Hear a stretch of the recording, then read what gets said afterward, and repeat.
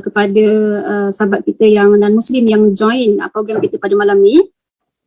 Okay, jadi sebelum kita mulakan program kita, jadi kita nak minta sama-sama sahabat Muslim kita untuk buka majlis dengan Ummul Kitab Al-Fatihah. Bismillah.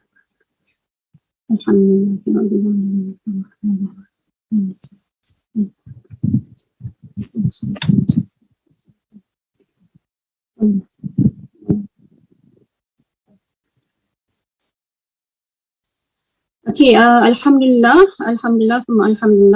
malam ni kita program yang sangat istimewa sebab malam ni program khas actually, edisi khas ZDT Talk bersempena dengan bulan kelahiran Nabi Muhammad sallallahu alaihi wasallam, Maulidur Rasul. Mungkin ada yang pernah dengar dan Muslim mungkin ada yang pernah dengar macam kita sebut Maulidur Rasul kan, kat Malaysia ni mungkin familiar lah. Okay, jadi sempena dengan bulan Maulidur Rasul, kita buat program ni. Tajuk program ni adalah The Humanity of Muhammad. Okay, tajuk ni kita ambil daripada buku, tapi penyampaian daripada Ustaz Azlan nanti mungkin dalam bahasa Melayu lah, yang campur-campur. Okay, jadi sebelum tu saya nak beritahu flow program. Kita akan start sekarang sampai pukul 10.30 dan end of the session kita akan ada Q&A. Sekiranya ada soalan, peserta boleh just chat dekat bahagian ruang chat untuk bertanya soalan. Kita akan ajukan pada Ustaz lah. Okay, okay. Sebelum kita nak mulakan ni, saya nak perkenalkan, saya untuk perkenalkan speaker kita pada hari ini. Okay, speaker kita pada hari ini kita jemput khas daripada Kuala Lumpur. Ustaz kan kat Kuala Lumpur ke? Di Selangor, Bandar Baru Bangi. Oh, Selangor. Okay, tapi saya tengok asalnya dekat Johor, daripada Johor kan? Betul. Okay, so okay. Ustaz Azlan Shah Nabishan. Okay, Ustaz Azlan ni saya baru tahu penulis buku. Penulis buku yang saya pun baru jumpa dekat Iman Shop. Okay, so kita cerita sikit latar belakang Ustaz. Ustaz merupakan CEO Arba Foundation. Kalau siapa yang pernah dengar, filantropi punya kita panggil macam buat kerja kebajikan. Okay, merupakan bekas senior eksekutif di Affin Islamic Bank dan juga mempunyai background dalam Islamic Studies, Syariah Economic dan juga Islamic Banking. Okay, jadi malam ni kita jemput Ustaz untuk berkongsi dengan kita semua tentang kepribadian Nabi Muhammad sallallahu alaihi wasallam, akhlak baginda yang kita semua tahu yang sifat akhlak Nabi ni kan yang ada juga disebut dalam Al-Quran. Saya quote sikit daripada Al-Quran surah Al-Qalam, surah yang ke-68, ayat ke-4 yang bermaksud, sesungguhnya engkau Muhammad benar-benar berbudi pekerti yang luhur. Okay, ini adalah quote daripada Al-Quran. Okay, our Islam punya holy book lah kita panggil. Okay, jadi tanpa membuang masa insyaAllah, saya kira kita boleh serahkan kepada Ustaz Azlan untuk kupas dan juga berkongsi dengan kita tentang tajuk kita pada hari ini insyaAllah. Ya, boleh Ustaz ya? Okey. Hai, insyaAllah. Okey. Kita silakan Ustaz. Bismillahirrahmanirrahim. Assalamualaikum warahmatullahi wabarakatuh. Salam sejahtera, sahabat-sahabat, rakan-rakan, saudara-saudari yang saya kasih sekalian. Pertamanya saya ucap terima kasih kepada Hidayah Center Foundation di atas inisiatif yang sangat baik ini, dan saya cukup teruja malam ni kerana kita berkumpul secara maya daripada seluruh negara, dan juga kita ada peserta ataupun para hadirin yang beragama Islam dan juga beragama lain, dan ini satu suasana yang sangat baik, sangat harmoni, dan inilah sebenarnya spirit yang nanti kita kalau lihat dalam sirah Nabi SAW. Demikian Nabi sentiasa coexist, hidup secara bersama. Bahkan kejiranan Nabi, Nabi berkawan, dan situasi pembesaran Nabi semua sebenarnya sangat ada kepelbagaian dan warna-warni. Alhamdulillah. Jadi kalau kita lihat tajuk pada malam ini, dia sempena satu buku yang yang mengambil title exactly seperti tajuk pada malam ini, iaitu The Humanity of Muhammad, A Christian View, yang ditulis oleh Craig Considine ni. Ini buku dia. Nampak ke? Okay, saya baca buku ini sekitar minggu lepas, dan satu tulisan yang sangat menarik. Dan kebetulan sahabat saya dulu belajar sama-sama di Jordan. Dulu saya ambil, saya bagi latar belakang sikit, saya daripada Tadika, sebab hari ni dia live juga di Iman ELC. So saya daripada Tadika dulu, di Tadika Nurul Iman di Taman Universiti Johor Bahru. Kemudian saya pergi ke sekolah rendah dan sekolah menengah Islam Hidayah Johor Bahru. Ini Hidayah Center Foundation, nama sekolah tu pun Hidayah. Dan kemudian saya sambung pengajian di Yarmouk University di Jordan. So saya ambil bidang apa? Saya ambil bidang syariah, ekonomi dan perbankan Islam. So bila balik daripada Jordan tu, saya kerja bank lama, daripada 2011 sampai 2018. Dan salah satu aktiviti yang saya selalu buat di bank itu adalah bagi training kepada staff di bank yang Muslim dan juga yang people of other faith lah. So kita selalu ada discussion, and it's a very exciting activities yang I really enjoyed during my time di bank dulu. And this is some of the setting yang saya rindulah. Hari ini kita dapat duduk dalam setting yang sama.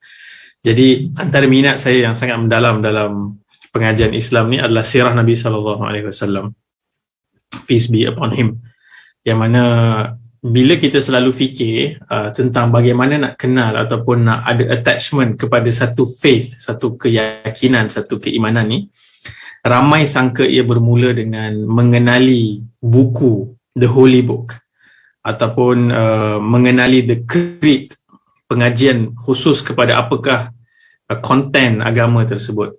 Tapi kalau kita lihat, sebenarnya kita melihat keindahan sesuatu agama ataupun kepribadian seseorang yang menarik hati kita tu datang daripada relationship antara manusia kepada manusia yang lain. Sebab tu kalau kita lihat kita panggil apa? Statistik pemelukan Islam yang paling tinggi di Malaysia sebenarnya disebabkan oleh perkahwinan. Dan selepas perkahwinan itulah mereka kemudian lebih mendalami agama dan kemudian menjadi lebih committed. Saya selepas habis degree dan kerja di AFIN tu, saya masuk ke Universiti Kebangsaan Malaysia buat masters, dan ramai ingat saya akan sambung masters dalam pengajian Islam ataupun dalam perbankan Islam. Tapi sebenarnya master saya dalam bidang mu'allaf, dalam bidang pemelukan Islam. Dan master saya adalah spesifik, dan sebenarnya master tu diterbitkan oleh UKM. Dulu library saya kat belakang ni, saya dah pindahkan ke tempat lain. Buku yang bertajuk Implikasi Perundangan Akibat Pemelukan Islam. Ramai orang tak sedar betapa beratnya beban apabila seseorang itu memeluk agama Islam. Dia terpaksa melalui, kalau masalah undang-undang, kalau dia dah berkahwin, bagaimana hubungan dia dengan pasangan dia, isteri ataupun suami. Itu satu fasa yang sangat memberikan tekanan khususnya kepada saudara baru yang baru memeluk Islam. Yang kedua, apa berlaku dengan status agama dan penjagaan anak dia, kemudian harta benda dia, kemudian kalau dia memeluk Islam tapi dirahsiakan, kemudian dia meninggal dunia, bagaimana dia diuruskan jenazahnya. So kajian saya tertumpu kepada itulah, dan saya buat satu modul bersama dengan supervisor saya di UKM tu, modul literasi undang-undang akibat implikasi perundangan akibat pemelukan Islam. So buku tu sebenarnya memberikan guidance. Kalau satu orang tu nak masuk Islam, dia rasa dah yakin, dia tak dapat dah nak menghilangkan keinginan dia yang kuat untuk memeluk Islam, dia dah decide. So selalunya apa berlaku, dia tidak dimaklumkan secara sempurna atau secara holistik apakah yang akan berlaku dengan hidup dia selepas dia mengucapkan asyhadu alla ilaha illallah wa asyhadu anna Muhammadar Rasulullah. Ramai ingat sangka mungkin tukar nama aja. Tukar nama tu pun panjang cerita dia. Kemudian bila dah tukar nama, dah ada title Islam, bagaimana pula undang-undang yang melibatkan perkahwinan anak-anak. So itulah kajian tu lah. So I see. Okay. So nanti mungkin boleh saya kongsikan buku tu dengan Hidayah Center dan boleh dijadikan modul yang boleh dirujuk, insya-Allah. Jadi InsyaAllah boleh. bila saya sebut tadi cerita tu, di situlah saya jumpa, saya interview beberapa orang yang memeluk Islam, dan orang yang menguruskan orang yang memeluk Islam ni, saya dapati sebenarnya yang paling menyentuh hati, yang paling selalunya menarik seseorang itu kepada keindahan agama adalah mengenali seseorang ataupun mengenali orang yang memperjuangkan agama tu. So dalam konteks agama Islam, cara yang paling menyejukkan hati dan paling dekat dan menarik kepada seseorang adalah dengan mengenali Nabi Muhammad sallallahu alaihi wasallam. Ramai orang bila start dengan belajar Quran, mungkin dia akan rasa susah sebab Quran ni bahasa Arab. Bila terjemahan tu bunyi macam tak biasa dengar. Kemudian susah sikit nak faham, kena ada penjelasan. Demikian juga sebahagian hadis. Hadis ni kata-kata Nabi yang ada hukum hakam, do and don'ts, some rules dan sebagainya. Tapi bila pergi kepada kehidupan Nabi SAW, dia macam tengok movie lah. Dia macam baca novel, baca cerita kisah seorang manusia yang nanti kemudian kita akan lihat dialah manusia yang paling baik, yang paling sempurna pernah hidup di atas muka bumi. So the best ever human being, dan bukan hanya orang Islam yang menyanjung dan mengangkat kepribadian Nabi Muhammad ni, bahkan pengkaji-pengkaji yang people of other faith, agama lain, macam misalnya buku ni The Humanity of Muhammad, A Christian View ni, dia mengkaji sirah Nabi tu, kisah hidup Nabi tu, dan dia kagum, dan dia sebenarnya juga dikritik oleh penganut agama Kristian sebab mereka kata kalau kau dah percaya dengan Muhammad ni sebagai seorang Nabi, orang yang baik, then you should be a Muslim. Tapi dia argue, dia still a Christian, tapi dia sangat kagum dengan Nabi Muhammad, dan dia tulis buku untuk mempertahankan dan menceritakan tentang kebaikan Nabi Muhammad lah. Saya baca buku ni yang menarik, dan mungkin sahabat-sahabat juga boleh cari dan baca. Buku yang kedua semalam baru sampai, kawan saya hantar sebagai hadiah, dan tajuk dia sama juga dengan tajuk talk kita hari ini. So nanti saya akan gabungkan dua ni, dan tajuk buku ni adalah Nabi Juga Seorang Manusia. Ni kawan saya ni, Khubaib Akhi ni, ni sama-sama belajar di Jordan dulu.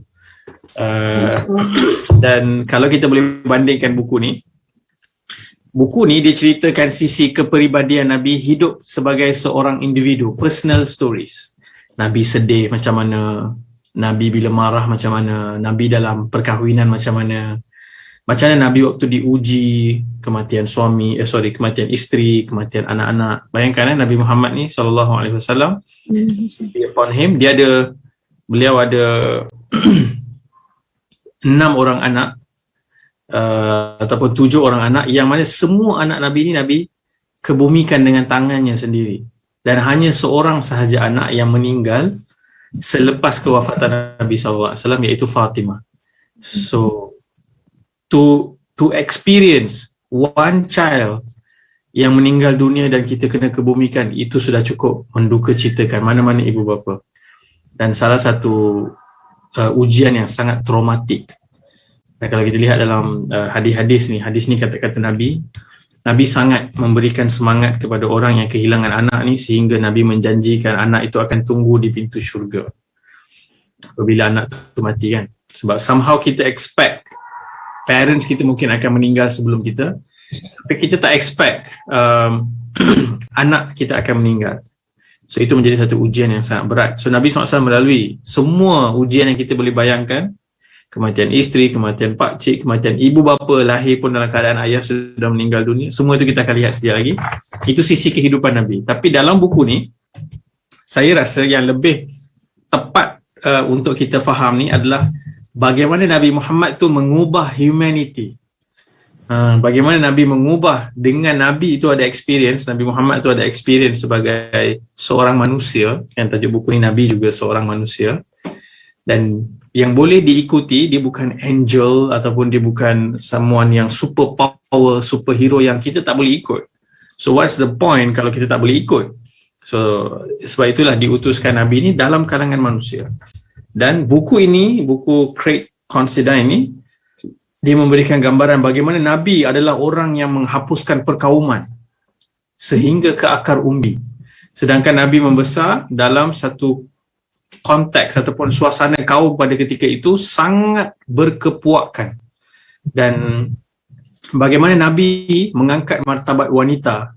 Pada zaman itu wanita dipandang hina, diperlakukan macam barang. Bahkan ada yang sampai bila dapat anak perempuan pergi tanam hidup-hidup. Dan sebenarnya kalau hari ini kita tengok sampai hari ini amalan itu masih ada. Tapi dalam bentuk yang berbeza. Misalnya di India, saya asalnya orang India, ibu bapa saya daripada India. Saya generasi pertama yang lahir di Malaysia. So bila baca di India, setahun ada 5 juta bayi perempuan yang digugurkan atau dibunuh selepas lahir. Sebab stigma dan pemikiran kolot bahawa anak perempuan membawa suih ataupun membawa keburukan. Demikian juga di China. Di China ada polisi hanya boleh ada satu anak. So bila ada satu anak je, satu family, dia orang prefer anak lelaki ke anak perempuan? Yang prefer anak lelaki. Kononnya anak lelaki boleh kerja, boleh jaga, nanti dah tua. Anak perempuan ni nanti dia kahwin, dia ikut suami dia, tinggal lah kita berdua, suami isteri, tak ada orang jaga.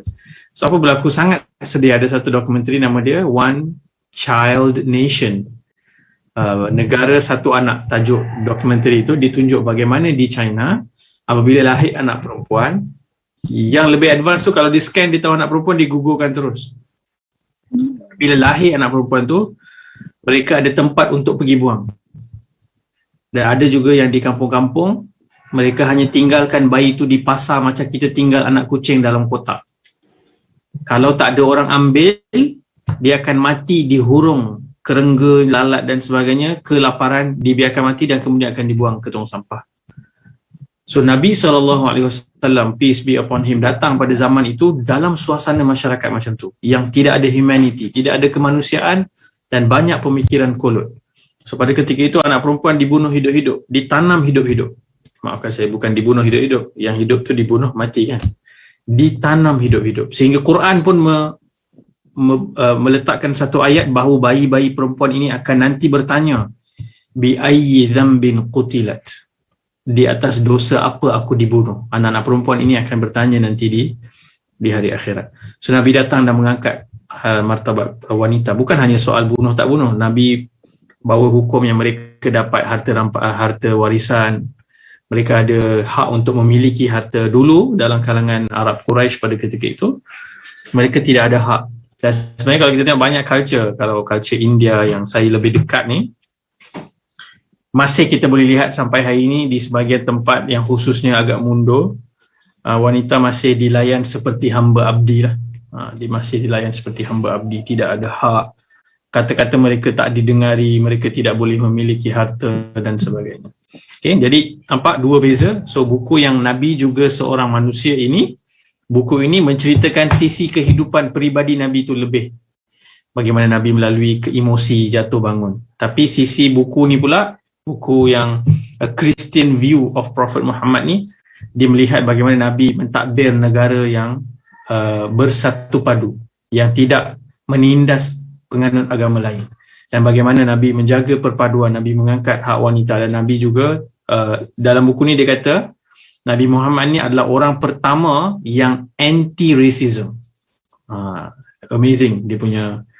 Dan dia bandingkan, sebab saya rasa dia tulis ni dalam konteks Amerika, so dia ada banyak contoh di Amerika bagaimana Nabi ni lebih advance daripada semua perlembagaan dan polisi yang ada di Amerika dalam bentuk perpaduan dan juga keadilan ni. Nabi dah buat dulu dah. Nabi Muhammad ni dah buat dulu dah waktu di Mekah dan di Madinah. Okay, jadi kita mula cerita ni mungkin secara overview. Yang pertama ni, setiap manusia, sebab tu saya sebut tadi, bila kita kenal Nabi Muhammad ni, kita lebih dekat, nak engage, nak rasa tertarik, berbanding mungkin yang lebih berat tadi kita belajar tentang surah tertentu dan sebagainya, ataupun hadis-hadis Nabi. So Nabi ni seorang manusia yang lahir, bukan macam sebahagian agama yang bila kita cakap dia tu adalah satu ikutan yang utama dalam agama tu, maka kita letakkan dia di tahap keajaiban yang pelik-pelik, kan? Lahir dalam keadaan even sebahagian orang yang menggambarkan Nabi Muhammad pun suka pergi cerita benda pelik-pelik yang sebenarnya tak betul. Lahir keadaan dalam sujud, datang turun daripada bumi misalnya, daripada langit. So benda-benda magic sangat tak ada. Nabi lahir sebagai seorang anak yatim. Ayah Nabi meninggal pada ketika Nabi dalam kandungan 2 bulan. dalam kandungan ibunya 2 bulan Nabi sudah kehilangan ayah, sebab ayah Nabi ni Abdullah nama dia. Abdullah tu hamba Allah. So, penting kita faham, orang Arab dulu percaya Allah tapi mereka menyembah berhala sebagai perantaraan. Mereka kata takkanlah kita direct boleh hubung dengan Tuhan, mestilah kena ada operator tengah tu, mestilah kena ada middleman. So Islam datang dengan idea tak perlu ada middleman. Allah bagi akses direct kepada semua hamba, dari sudut cintanya, dari sudut kasih sayangnya, semua direct. Doa pun direct. Tak perlu kena pergi jumpa satu orang tu yang jadi tukang sampaikan kita punya permintaan kepada Tuhan. Tak ada. Tuhan bagi akses kepada semua orang. Direct access. So Abdullah ni dia pergi, biasalah orang dulu cara mereka cari income, mereka pergi berdagang. So dalam perjalanan tu mereka selalu terkena demam atau penyakit yang menyebabkan mereka boleh mati. Mungkin dulu tak ada vaksin dan sebagainya kan, tak ada ubat-ubatan macam hari ini. So bila demam tu selalunya mereka berdebar akan survive ke tak survive, sebab demam dulu tu boleh membawa maut. Dan bila Nabi Muhammad lahir, dia disambut oleh beberapa orang bidan, salah seorangnya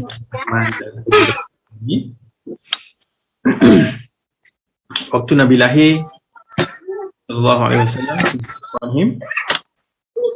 satu riwayat yang kita boleh kata macam kuat lah, yang bukan pelik sangat, adalah ibu punya cerita, Aminah, ibu Nabi Muhammad ni nama dia Aminah, yang mana tentulah sebelum itu mereka tidak lagi memeluk Islam, sebab Nabi belum datang dengan agama Islam lagi pada ketika itu. Dia lahir, dia kata pregnancy dia sangat senang, kehamilan dia sangat senang, dan kelahiran dia juga sangat senang, dan dia melihat seolah-olah ada cahaya yang cerah terpancar seketika Nabi Muhammad lahir. Itulah yang paling amazing pun yang diceritakan oleh Aminah. Dan apabila Nabi membesar, dulu culture dia bila lahir, disebabkan kota Mekah tu tempat trade, tempat busy macam Kuala Lumpur, macam Johor kan, tempat orang banyak travel datang, banyak penyakit, kemudian bahasa pun tak bersih, bahasa campur aduk, bahasa rojak kan. So budaya Arab waktu tu, mereka akan hantar anak-anak ni pergi ke kampung pedalaman. Okay, mereka akan hantar pergi kampung pedalaman sebab mereka nak udara bersih, anak sihat. Sebab apa? Sekali lagi dulu bayi lahir senang mati sebab kena penyakit. Dulu Malaysia pun macam tu.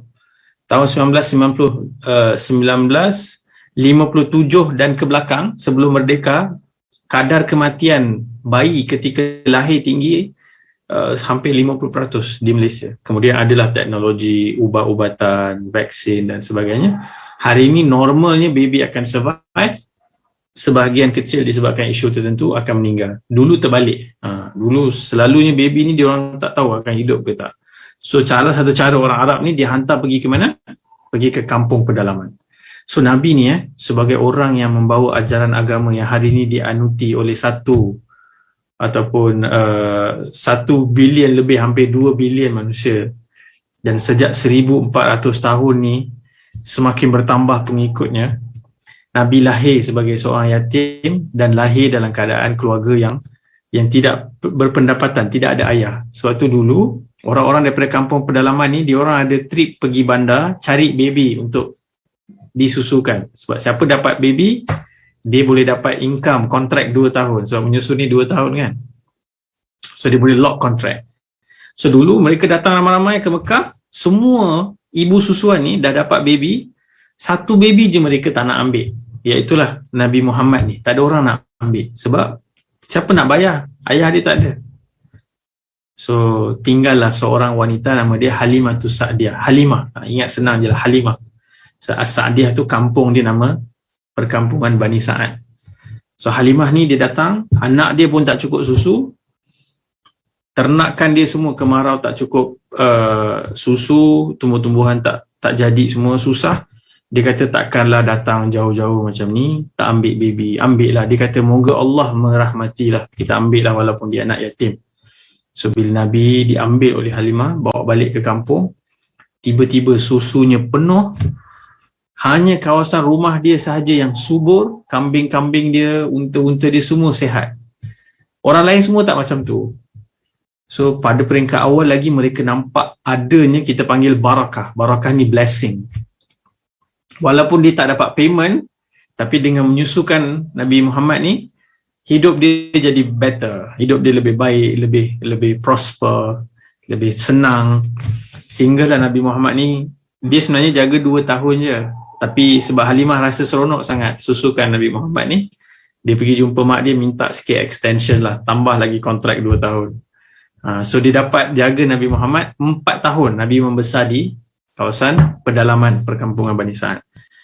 Dan lepas itulah dia kembali kepada ibunya pada usia lebih kurang 5 tahun. Tapi malangnya Nabi ni dia diuji dengan sangat berat daripada kecil lagi. Lahir-lahir dah yatim. Kemudian baru dia kembali kepada ibunya. Ibunya buat apa? Ibunya bawa Nabi ni pergi ke Madinah. Sebab itu kampung dia ada banyak saudara mara. Macam kita lah. Dulu tak boleh sebab PKP kan. Sekarang dah boleh buka ni. Ramai orang yang kahwin online, yang dapat baby, semua balik nak tunjuk anak, nak tunjuk menantu kat kampung kan. So dulu macam tu juga. So dia nak bawa balik Nabi Muhammad, jumpa dengan ni Pak Su, Pak Ngah, alhamdulillah semua segala macam pak dan mak yang ada di kampung tu ditunjuk. On the way balik ke Mekah, ibu Nabi Muhammad pula jatuh sakit dan meninggal. Nabi Muhammad pada ketika itu usia 6 tahun, experience melihat ibunya meninggal di depan matanya. So sangat traumatik. Umur 6 tahun dah rasa kesedihan demi kesedihan. Kemudian dia dijaga oleh atuknya orang besar ni.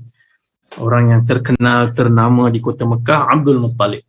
Tapi itu pun tak lama, 2 tahun sempat jaga. Kemudian atuknya juga meninggal. So daripada satu tangan ke satu tangan, Nabi dijaga oleh orang-orang yang berbeza sepanjang waktu Nabi membesar. Dan bila dia atuknya meninggal, Nabi dipindahkan hak jagaannya kepada nama dia Abu Talib. Abu Talib walaupun orang senior, sebab kita susah nak faham. Kalau kita kat sini, orang tu kalau dia senior dan dia ada nama, dia selalunya kaya lah. Tapi dulu lain. Dia mungkin orang ternama, orang yang dihormati, tapi dia miskin. Abu Talib ni miskin. So waktu muda lagi, Nabi dah kena pergi kerja sebagai pengembala kambing. Pengembala kambing. So ada waktu ni Nabi cerita, dah lama dah waktu Nabi dah kat Madinah, sahabat-sahabat Nabi ni dia suka dengar Nabi cerita, dulu macam mana wahai Rasulullah, kau lahir kat mana, siapa adik-adik kau, ada adik-adik tak, dia orang suka tanya soalan-soalan tu. So Nabi cerita salah satu pengalaman Nabi kata, Nabi sebut begini, Nabi kata semua Nabi, semua prophets, Isa, ada yang sebut Jesus kan, itu English biblical punya term, Musa, Nuh, apa saja nama Nabi-Nabi yang kita kenal, semuanya Nabi kata mestilah pernah jadi pengembala kambing. Dalam bahasa Arabnya, ma min nabi illa ra'il ghanam. Tidak ada Nabi melainkan dia adalah pengembala kambing. So sahabat Nabi ni tanya, oh kau pun pengembala kambing ke wahai Rasulullah dulu? Ya, aku pun pengembala kambing dan aku dapat bayaran beberapa kirat. Kirat ni macam beberapa sen je lah. Dulu mereka bayar macam tu, kadang-kadang mereka bayar yang kismis je ataupun buah tamal je. Tapi kenapa Nabi lalui itu? Sebab Allah nak train Nabi. Waktu ni tak ada siapa tahu dia Nabi.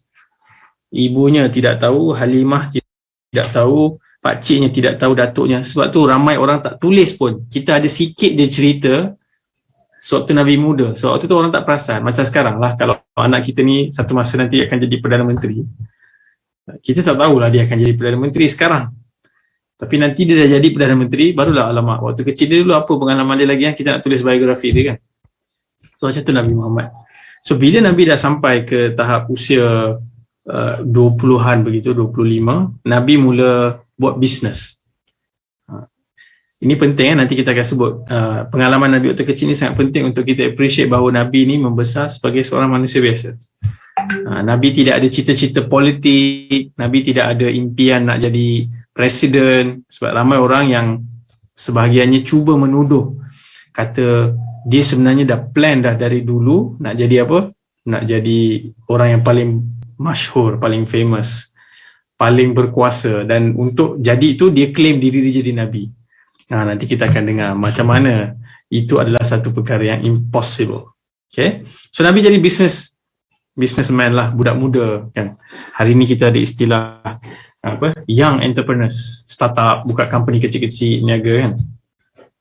So bila Nabi start meniaga, nama Nabi naik dalam market, terkenal sebab satu skill dia power, satu lagi Nabi sangat jujur.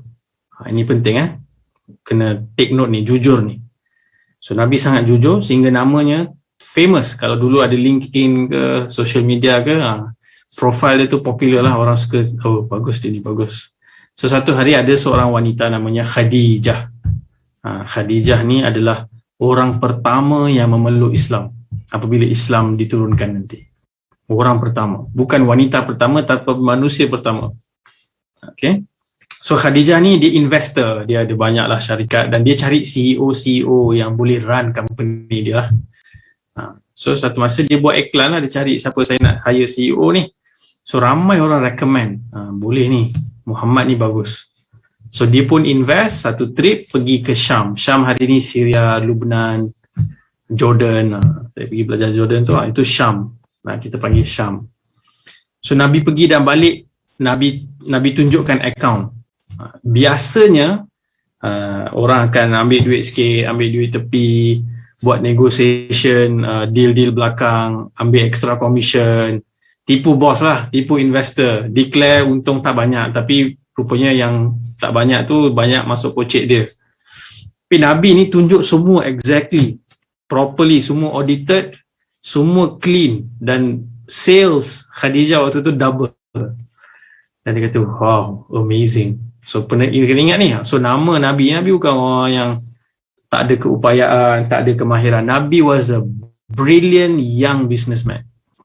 Dan dia juga high level of integrity. Dia ada high level of integrity. Dan nama Nabi semakin terkenal lah sebab tak pernah lagi orang bawa balik bisnes untung macam tu. So sejak hari tu, Khadijah juga dah jatuh cinta lah dengan Nabi Muhammad ni. Waktu ni Khadijah umur 40 Dia dah pernah berkahwin, suami dia dah meninggal. Dia juga ada anak-anak daripada perkahwinan pertama. Dan ramai orang-orang kaya di Mekah tu propose dekat dia nak kahwin dengan dia. Of course lah, sebab dia kalau kahwin dengan dia, kita bolehlah enjoy hidup, banyak duit ni. Dia ada banyak stok, dia ada banyak cash. Tapi dia yang memilih, dia kata saya tak nak ni, saya nak cari lelaki yang baik. So bila datang Nabi Muhammad yang pada ketika itu usianya 25 tahun, dan adabnya sangat tinggi, dan dia bagi tahu kepada seorang kawan dia yang dia rasa dia tertarik dan nak berkahwin dengan Muhammad, dia dihantar lamaran. Rupanya Nabi Muhammad juga tertarik dengan kepribadian Khadijah yang sangat baik budi pekertinya, dan of course sangat cantik. Itu semua berbeza mengikut mata masing-masing lah. Bila kita sebut cantik tu, selalunya dalam konteks kita macam itulah, kena pakai kosmetik ni ni tak, kita by nature Allah SWT ciptakan semua kita cantik, dan of course lah dia mengikut mata yang melihat. Bukan semua orang kena cakap kita cantik baru kita cantik, ataupun seorang kritik je kita rasa kita tak cantik, ataupun handsome kan. So apa berlaku? Mereka berkahwin, dan pada ketika itu umur 25 sampai 40, ada berapa tahun? 15 tahun. Tak ada banyak cerita pun dalam sirah tentang apa Nabi buat. Tapi ada satu tema yang penting. Semua Arab Quraisy, walaupun tidak ada Muslim, seorang pun tak ada Muslim waktu tu, of course. Tapi dia ada satu golongan kita panggil Hanifiyah. Hanifiyah ni kita boleh sebut macam mana dalam bahasa Inggeris. Dia ni orang-orang yang search the truth. Mereka tahu menyembah berhala, membunuh anak perempuan hidup-hidup, menindas, prostitution, pelacuran, ini semua tak betul. Dia orang kata ini mesti bukan agama Nabi Ibrahim. Sebab apa mereka sebut Nabi Ibrahim? Sebab mereka tahu Kaabah tu Nabi Ibrahim yang bina. Kemudian dah diubah sebab Arab Quraisy ni dia tunggang agama. Dia gunakan Kaabah dan haji ni untuk buat duit. Dia bukan untuk tujuan nak orang sembah Tuhan tu. Dia dapat banyak duit. So dia buat rules, contohnya siapa nak tawaf kat Kaabah ni kena beli kain kafan brand sekian-sekian. Kalau tak boleh mampu beli brand ni, tak payah pakai apa-apa, telanjang je lah. bertawaf. Sebab tu kita baca dulu, Arab Quraisy ada yang tawaf dalam keadaan telanjang. Sebab dia telah dikomersialkan dan hanya orang elit yang dapat enjoy certain kind of privileges kat situ. So, ada golongan yang searcher ni, orang yang mencari kebenaran ni, ada beberapa orang yang terkenal. Nanti Nabi akan jumpa dengan salah seorang, Waraqah ibn Nawfal. Okay, ingat namanya, Waraqah ibn Nawfal. So, Nabi juga bila semakin matang, semakin kita panggil berpengalaman, Nabi Muhammad tengok kenapa keadaan orang macam ni. Dia dalam darkness. Sebab tu bila kita dapat appreciate how dark it was, betapa gelapnya pada ketika itu, barulah nanti kita boleh appreciate kenapa Quran disebutkan sebagai cahaya. Kenapa Nabi Muhammad disebutkan sebagai cahaya yang datang dan menerangi kegelapan yang ada pada ketika itu.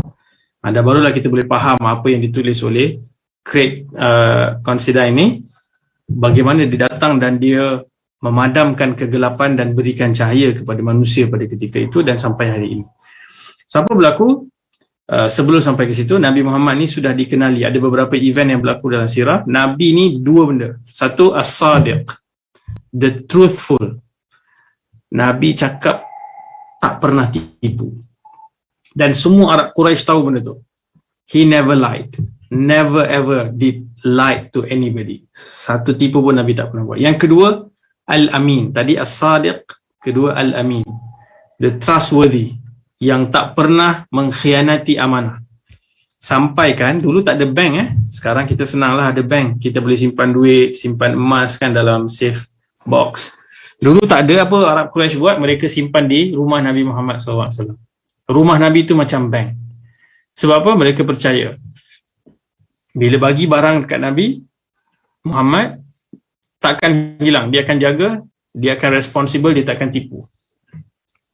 So sampailah peringkat menghampiri usia 40 tahun, Nabi Muhammad mula runsing. Mungkin kita pun ada yang rasa macam tu. Saya interview beberapa orang waktu buat research dulu pun, antara benda yang mendorong mereka kepada mencari agama, mencari semula makna hidup ni adalah apabila mereka tengok betapa teruknya kehidupan manusia di sekeliling mereka. Rasuahnya kan, kalau kita kat Malaysia, kenapa orang rasuah sampai ratus-ratus bilion, sampai orang ramai hidup susah, tak cukup makan. Kemudian banyaknya pembunuhan, banyaknya penindasan. Kenapa perkauman makin teruk? So mereka fikir, dan dalam mereka berfikir tu mereka mencari, macam mana aku nak cari jawapan, nak cari truth, kebenaran. So Nabi Muhammad melalui fasa yang sama. So Nabi juga mencari, kenapa jadi macam ni? Kenapa anak perempuan dibunuh? Dan salah satu perkara yang menarik waktu zaman Nabi Muhammad tu ialah mereka ada praktis, dan Nabi Muhammad sangat committed dengan praktis ni. Nabi pergi menyendiri. Hari ni kalau kita tengok buku-buku motivasi, mereka panggil apa, meditation kan. Mereka meditate, duduk asingkan diri, meditate, fikir balik, cari meaning in life. Dan ramai juga sebenarnya sahabat-sahabat mungkin ada pengalaman juga, bila kita fikir mati, kita fikir satu masa nanti aku akan mati, so aku akan pergi mana? Ini soalan-soalan yang menggoncang fikiran, dan kita mula mencari manakah agama yang memberikan jawapan yang paling kuat dan jelas untuk persoalan ini. Kemana aku selepas mati? Dan apa tujuan aku datang ke dunia ni? What for I'm living here? Untuk apa? 60 tahun, 70 tahun, itu kalau sampailah 60-70 tahun. Ada yang sekarang ramai 40 pun dah meninggal dunia sebab sakit dan sebagainya kan. So Nabi buat apa? Nabi pergi duduk di gua. So fahamkan sini kalau Nabi ni orang yang nak reka agama, he don't have to do this. Dia boleh komplot dengan beberapa orang, start buat parti baru, daftar ROS, buat slogan sikit, dia dah boleh start campaign dah. Dan dengan dia punya level of popularity di kota Mekah tu, dengan dia dipercayai, confirm lah parti dia akan menang kalau buat pilihan raya. Tapi tak, dia confused, dia mencari jawapan. So Nabi pergi duduk di Gua Hira. Siapa pernah pergi? Saya ingat ada mungkin rakan-rakan yang pernah pergi.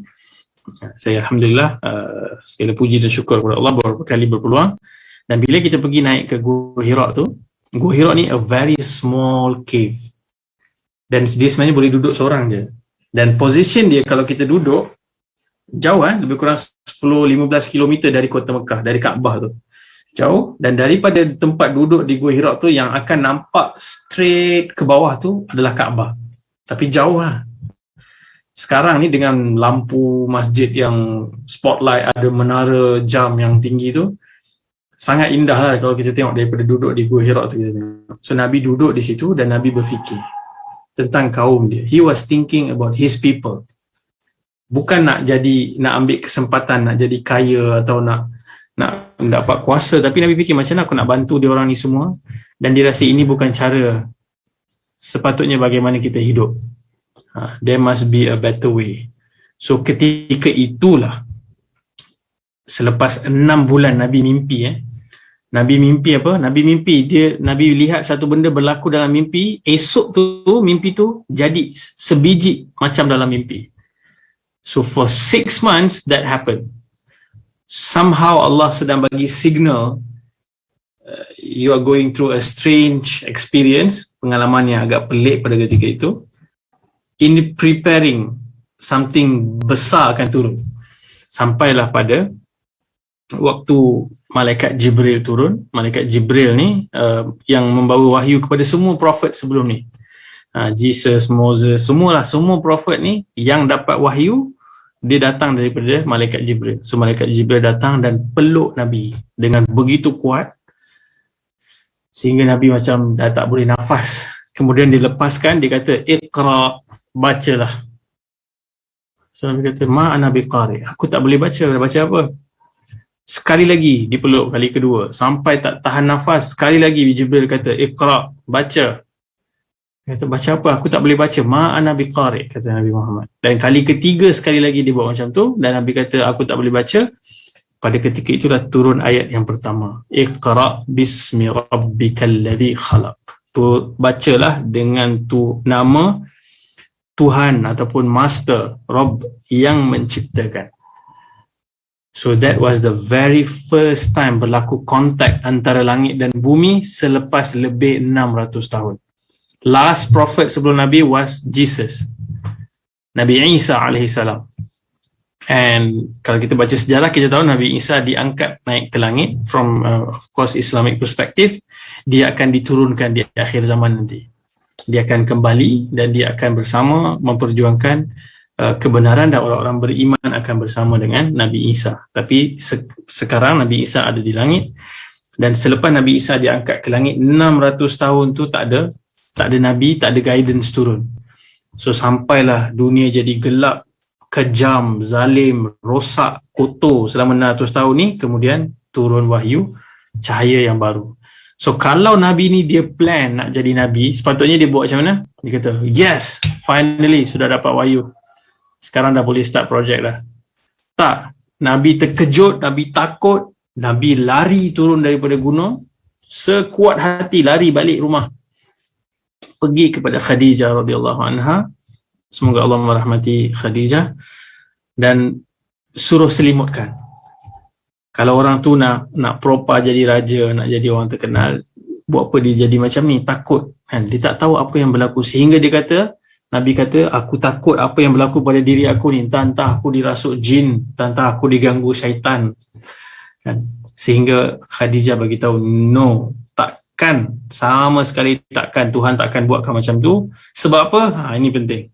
Ini profil penting ni, sebab orang selalu nak cerita Islam ni bermula daripada wahyu ke depan. Tapi kena ingat, wahyu ni 23 tahun je turun.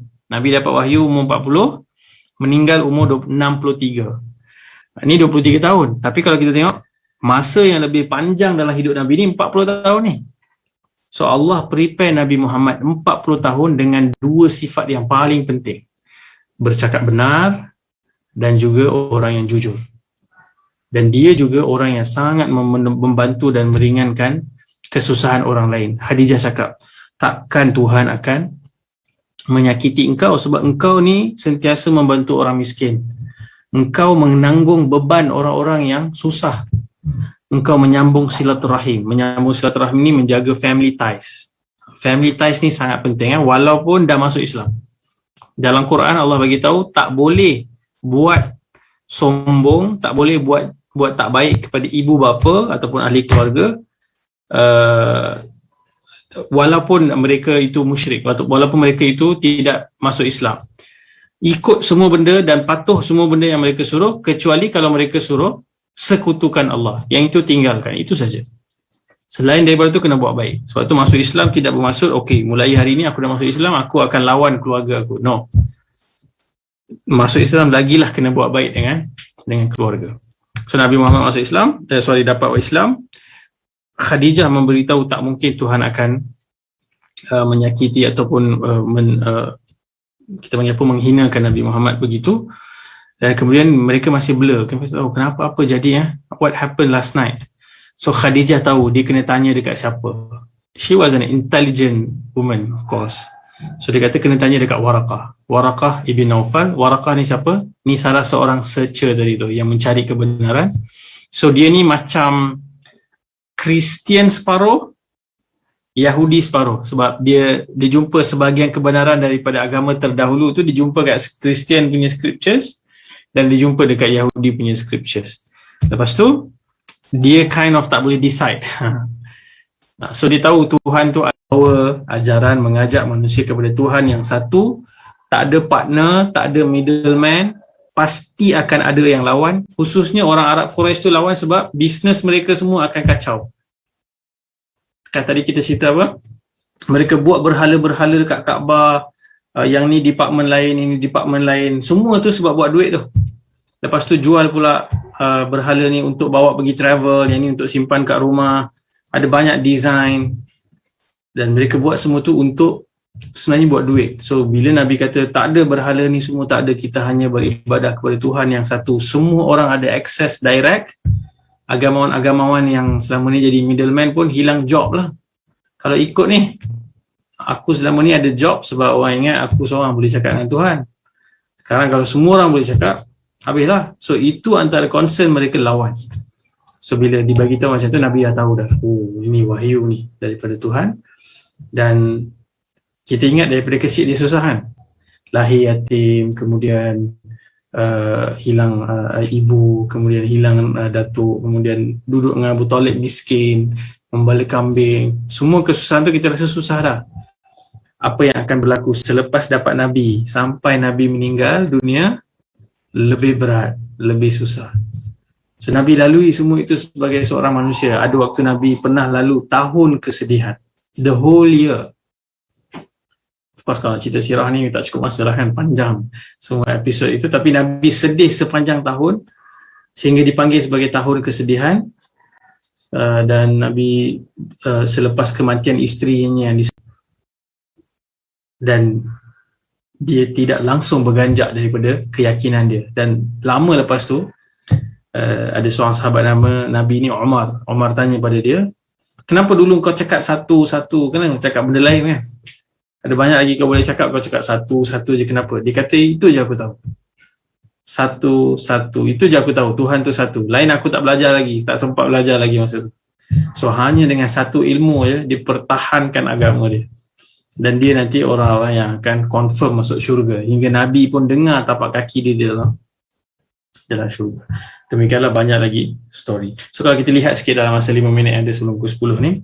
So bila Nabi melalui kesusahan ni, kehidupan Nabi yang berat ni, perit ni, kita selalu ingat bila hidup kita susah Tuhan tak sayang kita kan. Orang ingat, oh ni bisnes saya jatuh COVID, Tuhan tak sayang. Ni saya punya mak ayah meninggal, Tuhan tak sayang. Ini adalah kisah manusia yang paling Tuhan sayang. Kisah manusia yang paling Tuhan sayang ni, kalau kita tengok hidup dia paling susah. Dan kenapa? Sebab pada ketika itu bukan lagi soal susah atau senang, tetapi manisnya hubungan dia dengan Tuhan. Satu patutnya kalau ingat, oh Tuhan paling sayang, patutnya dia raja paling kaya lah. Lagi kaya lah daripada semua billionaires yang ada hari ni. Tak. Nabi hidup simple. Tak ada perabot IKEA macam kita ni. Baring pun atas tikar. Rumah pun besar dia 4x6 je. Mana ada orang buat rumah sekarang 4x6? Itu size standar je sekarang. A very simple life. Ada hari-hari yang tak ada makanan di rumah Nabi. Ini presiden ni, rumah presiden. Tak ada makanan, tak berasap dapur. Dan Nabi juga sangat membantu orang ramai. Anak-anak yatim Nabi jaga ramai.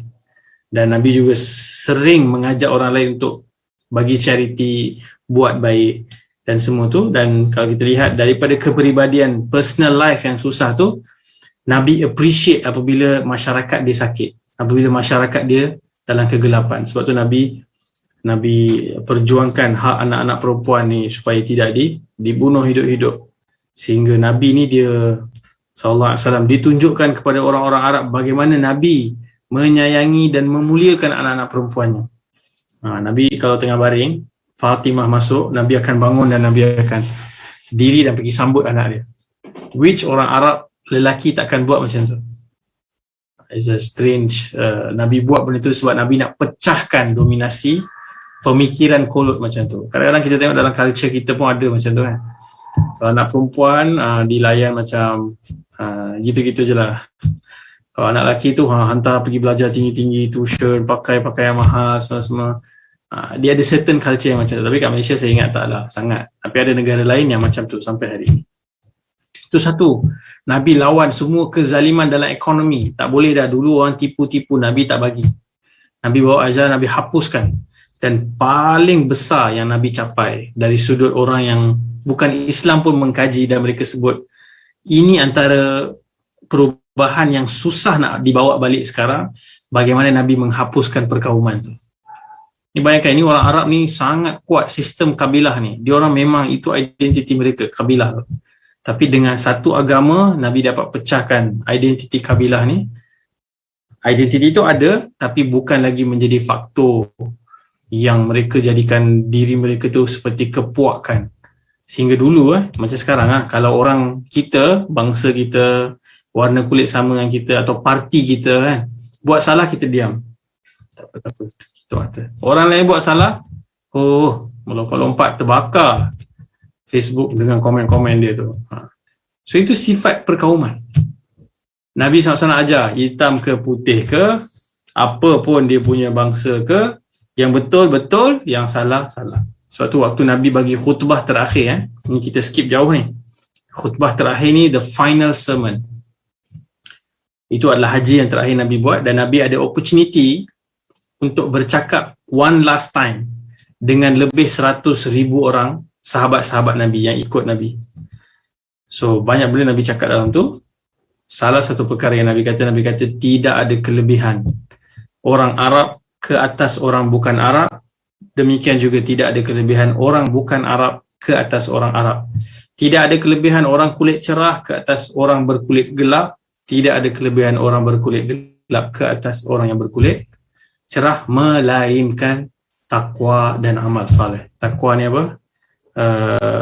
Perasaan hidup bertuhan tu, mendekatkan diri kepada Tuhan, dan perbuatan-perbuatan baik. Itulah neraca sahaja yang diukur, dan sebenarnya tak ada siapa boleh tahu saya level takwa berapa, sedari level takwa berapa, tak ada. Dia tak ada oximeter nak boleh ukur. So, itu tak ada. So hanya Tuhan yang tahu. Bila Tuhan yang tahu, kita tak boleh dah nak judge, engkau ni teruk, kau duduk bawah kaki aku, engkau duduk atas ni. Tak ada. Dan one thing, last thing yang mungkin saya boleh teringat ni, nak sebut juga, sampai ke tahap Nabi punya sensitif, Nabi jaga supaya jangan jadi satu bangsa yang golongan atasan bila buat salah, dia lepas, undang-undang tak terkena kat dia. Tapi bila orang-orang kecil, orang-orang lemah buat salah, dihukum. Nabi kata, kaum terdahulu binasa disebabkan bila orang elit, orang politician yang besar-besar kat atas ni buat salah, mereka tak dikenakan hukuman. Tapi bila orang lemah yang kecil-kecil ni, kan baru ni pun kita tengok ada ibu anak 9 orang kena hukum gantung mati kan, sebab ada dadah kan dengan dia. Soalan yang patut kita tanya, macam mana dia dapat dadah tu, siapa edar kat dia? Yang itu yang kena tangkap tu dulu. Yang tu tak cerita.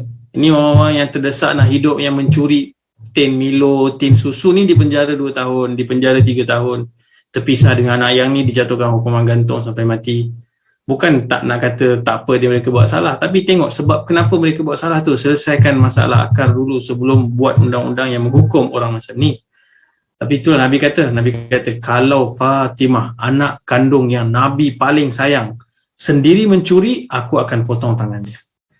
So mana lagi pemimpin yang macam tu ada di dunia hari ini? sangat susah nak dicari.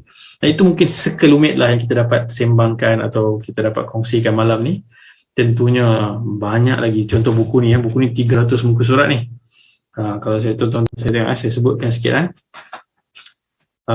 Nabi bersedih, Nabi diuji, Nabi sebaik-baik manusia, Nabi tersilap. Ini macam human being, ada waktu Nabi tersilap, tapi kita kena faham Nabi punya silap tu tak sama selalu macam kita silap tu.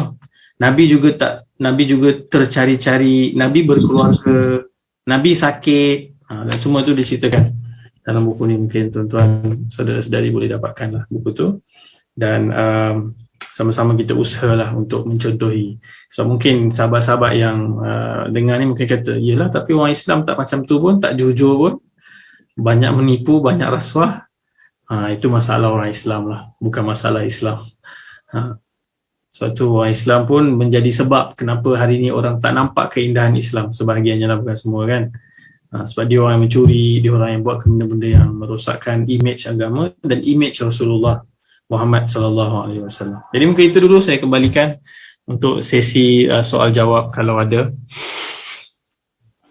Okay, so insyaAllah sebab terlalu awal untuk biasanya hujung session dia orang akan bagi soalan, tapi tak apa, cuma ni ada satu soalan ni bertanya dekat mana Ustaz beli buku tu, buku tadi yang bertajuk Nabi Juga Seorang Manusia. Buku ni baru je keluar semalam so boleh beli di Iman Shop. Iman Shop, IMAN Shop, SHOPPEE. Siapa author dia siapa? Khubaib Akhi. Saya tunjuk gambar ni, Khubaib Akhi, yang mana kamera. Itu orang apa tu, orang Malaysian Malaysian ke apa? Betul lah, ini orang di Kelang ni. Kelang ke Kuala Selangor, Kuala Selangor. Malaysia. Ustaz sharing yang sangat great untuk makcik, pada makcik santai dan boleh faham, senang dan menusuk jugalah. Awak punya apa ni, sharing ni bagus. Alhamdulillah. Alhamdulillah. Ada soalan lain ke sementara kita boleh sambung ke, mungkin ada part 2 ya Ustaz? Nak ada part 2 pun boleh, tak ada part 2 pun boleh. Saya okey je. Ada soalan ke daripada peserta mungkin ada nak bertanya?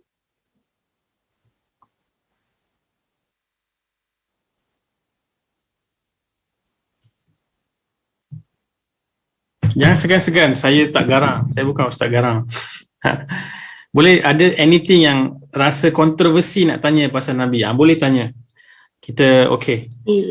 Jangan risau. Soalan daripada saudara Zulfadli.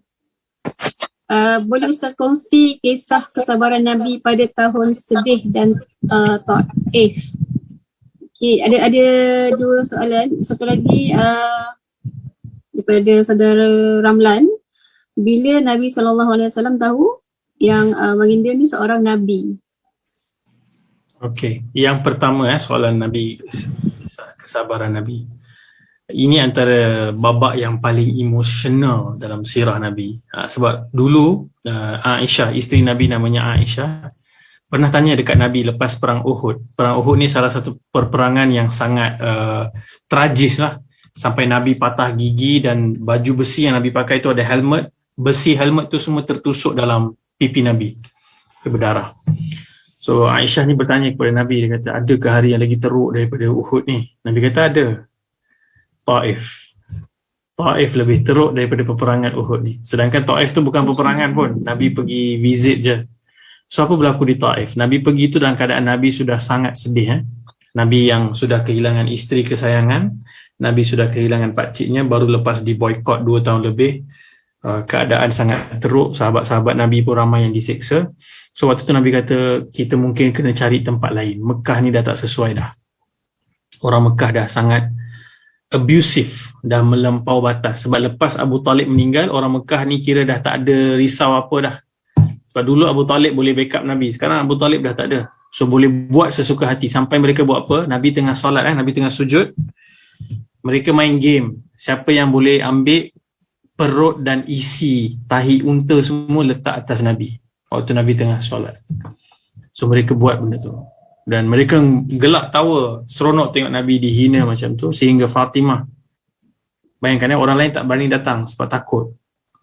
Sebab ni gangster-gangster besar ni. Kalau dia pergi bersihkan kotoran tu, dia kata, oh kau nak support dia, sini, pukul dia sekali. So yang pergi tu hanyalah seorang sahabat ni pergi bagi tahu dekat Fatimah di rumah Nabi, beritahu yang kau sedang dibuli, macam tu lah. So Fatimah yang datang dalam keadaan menangis, usia 10 tahun, budak perempuan, datang dan bersihkan, dan Nabi melalui lah benda-benda tu. So Nabi pergi ke Taif. Siapa nanti ada peluang pergi umrah, pergi haji, bolehlah pergi ke Taif. Taif ni macam Cameron Highlands sikit. Dia tempat tanam pokok buah-buah, bunga ros. Dia sejuk sikit dan dia kawasan tinggi lah.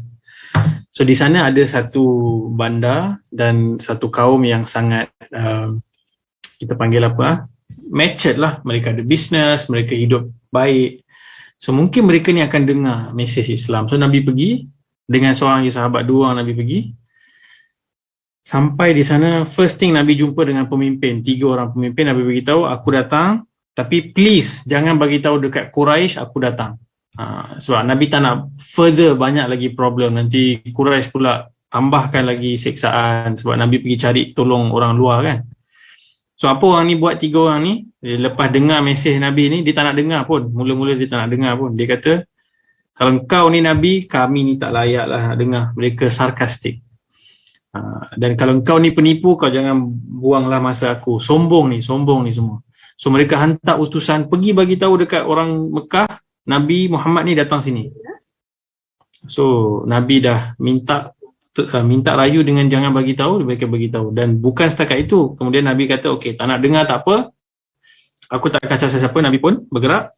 Mereka panggil budak-budak hamba, budak-budak kecil apa semua ni, beratur sepanjang tepi jalan dan mereka baling batu sekuat hati, memaki hamun, meludah apa saja yang kita boleh bayangkan mereka lakukan dekat Nabi SAW sehingga darah mengalir penuh wajah Nabi SAW, sehingga darah tu bertakung di dalam kasut Nabi SAW. Nabi berjalan tu berkocak darah dalam kasut Nabi SAW. So Nabi pergi dan cari tempat berlindung sampai jumpa satu kebun, dan kebun ni sebenarnya kebun orang Mekah. So orang Mekah ni dia ada rasa macam ni orang kita ni, tapi dia tak setuju dengan agama Nabi Muhammad. Dia kata tapi ni orang kita. So dia pun bagi masuk sekejap, dan dia suruh seorang hamba ni pergi bagi buah anggur. Nama dia Addas. Addas ni pergi dan dia bagi, tengok dalam keadaan yang sangat sedih, stres macam tu, Nabi ada sedikit berita gembira Allah bagi dekat Nabi. So bila Nabi nak makan buah tu, Nabi baca Bismillah. Bila dia baca Bismillah, ya, kadang-kadang orang tertarik dengan Islam ni dengan benda-benda kecil je, bukan kena ceramah pun, kadang-kadang benda kecil saja. Yang ni dia dengar Nabi baca Bismillah, kata aku tak pernah dengar pun orang sebut perkataan Bismillah ni waktu makan. Kau ni daripada mana? Dia tanya dekat Nabi Muhammad. Ni hamba ni, orang kulit hitam, hamba. So Nabi kata, aku daripada Mekah. Dia tanya, kau daripada mana? Arab ni, hamba ni beritahu, aku daripada Nineveh. Nineveh ni satu bandar di Iraq, jauh lah. So Nabi bila dia dengar tu, oh, Nabi kata Nineveh itu tempat saudara aku, Nabi Yunus. Yunus ibn Matta, Nabi kata. Dan dia terkejut, dia kata, hah? Kau kenal Yunus? Macam mana kau kenal? Sebab dia daripada negara tu, dia kenal lah, nama tu popular kat sana. Dia kata, aku juga Nabi seperti dia. Nabi cakap macam tu je, terus hamba ni sujud cium kaki Nabi yang berdarah tu. Cium kepala Nabi, cium mata Nabi, sampai orang tuan tanah yang tadi bagi simpati suruh Nabi masuk tu, dia kata, ni suruh hantar buah ni jadi lain dah ni. Dia pun panggil, dia pukul hamba tu sebab Nabi dia pergi masuk Islam. Dia masuk Islam immediately. So dalam keadaan sedih tu, Nabi masih dapat sedikit kegembiraan ada orang masuk Islam, walaupun dia tidak diajak seperti mana Nabi ajak tadi. Tapi apa yang berlaku selepas ni yang paling penting. So dalam keadaan sedih ni Nabi berdoa, dan doa tu luar biasa lah, panjang sebenarnya doa tu. Dan waktu Nabi habis doa tu, sebenarnya malaikat datang. Malaikat 2 gunung. Mereka sakit hati melihat orang Taif bully Nabi macam ni. Mereka buat apa? Malaikat ni beritahu, wahai Rasulullah, engkau cakap yes je, kami akan ambil 2 gunung ni dan hancurkan orang Taif. Kalau kita duduk kat situ, kita akan cakap apa? Kenapa 2? Ambil lagi 3 ke 4 ke? Bawa semua sekali, hancurkan dia orang. Nabi SAW punyalah rahmat dalam diri dia, sallallahu alaihi wasallam, peace be upon him. Nabi kata, no, jangan hancurkan kaum ini, kerana nanti akan keluar daripada sulbi mereka, daripada keturunan mereka, orang-orang yang akan mentauhidkan Allah. So hari ni bila kita pergi Taif, kita akan rasa meremang melihat semua orang yang ada di Taif tu orang yang mentauhidkan Allah, yang mengucapkan la ilaha illallah. Dan Taif tu ada lagi hari ini sebab Nabi spare them.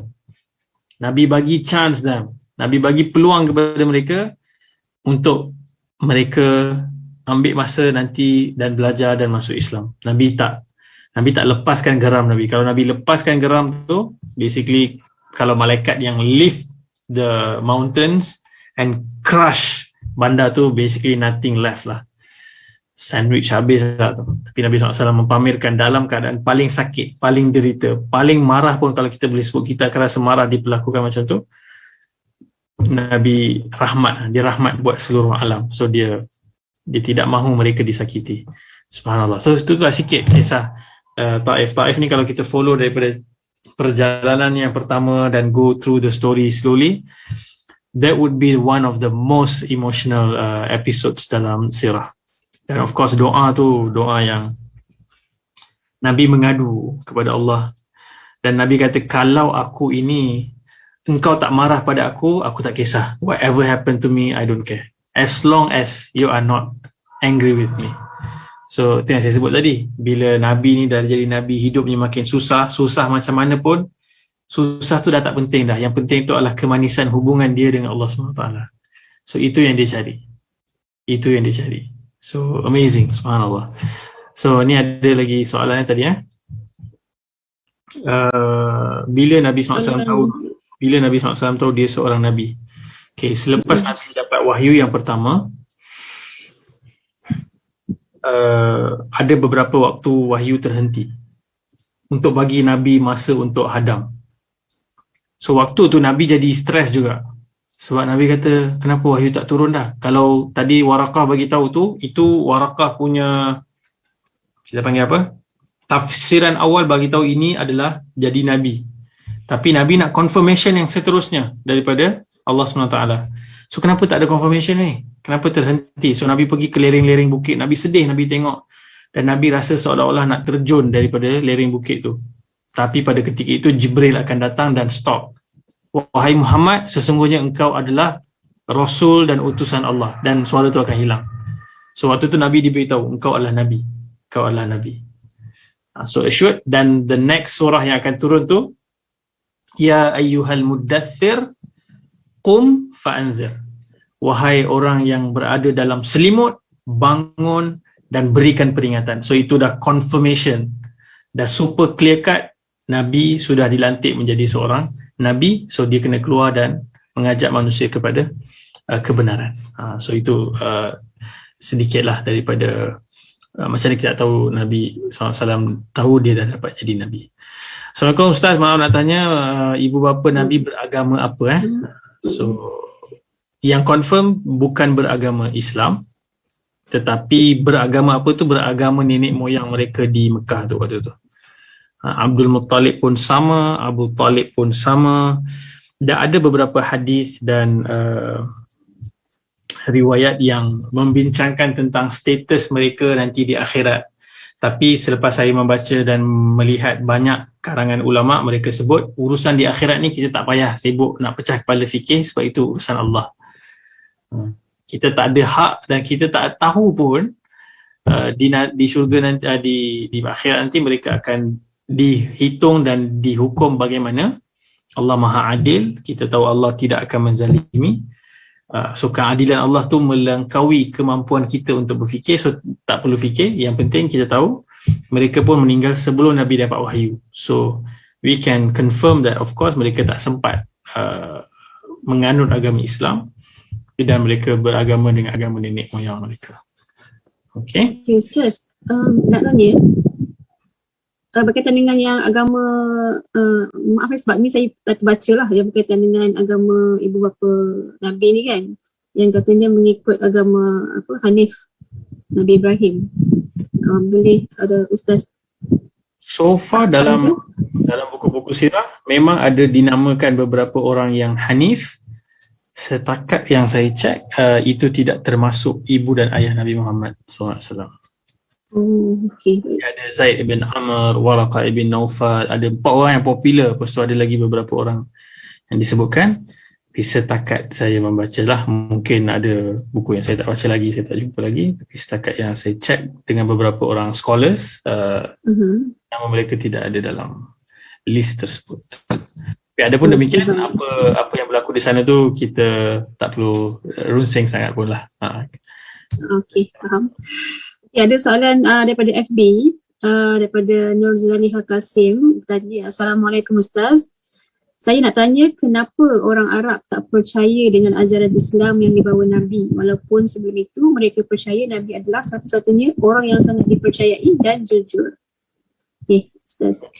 Itu salah satu kritikan orang Islam pun kepada orang Quraisy. Kenapa kamu tak percaya sedangkan kamu tahu dia jujur, dia tak pernah tipu. Bayangkan first time Nabi pergi nak announce kepada Arab tu, Nabi bukan terus naik Jabal Safa dan Nabi bagi tahu apa Nabi kata, aku datang membawa Islam. Tak, Nabi buat satu gimmick. Nabi kata, wahai Arab Quraisy. Nabi panggil nama-nama orang ni, nama kaum-kaum kabilah ni semua. Okay, Nabi kata, kalau aku bagi tahu di belakang bukit ini ada tentera yang siap sedia nak serang kamu, adakah kamu akan percaya? Arab Quraisy kata apa? Engkau kami tak pernah dengar menipu, tentu kami akan percaya. So Nabi dah dapatkan dulu benda tu, okay? So korang percaya aku cakap apa pun. Kemudian Nabi sampaikan bahawa aku ini adalah utusan Allah yang membawa amaran tinggalkan sembahan berhala dan hanya sembah Allah semata-mata. Pada ketika itu mereka bingung sekejap.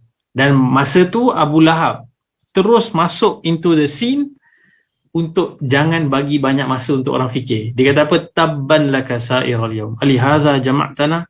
Celaka engkau. Sebab Nabi buat apa? Nabi buat announcement yang menyebabkan semua orang berhenti bekerja dan datang ke situ untuk dengar announcement. So dia rasa macam dia sebenarnya Abu Lahab dah ada 2 experience sebelum tu. Nabi buat makan-makan dan Nabi cerita tentang Islam.